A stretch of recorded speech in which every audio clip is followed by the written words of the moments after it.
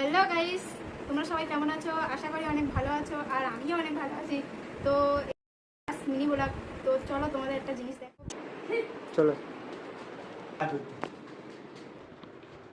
তো দেখো, তোমাদের একটা জিনিস দেখাই, চলে আসো।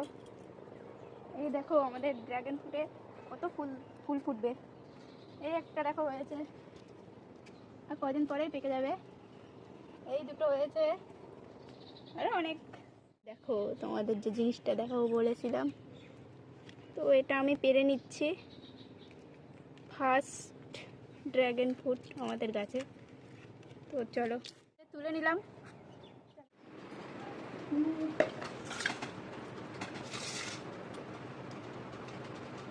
তো দেখো কি সুন্দর কালার হয়েছে, সুন্দর লাগছে।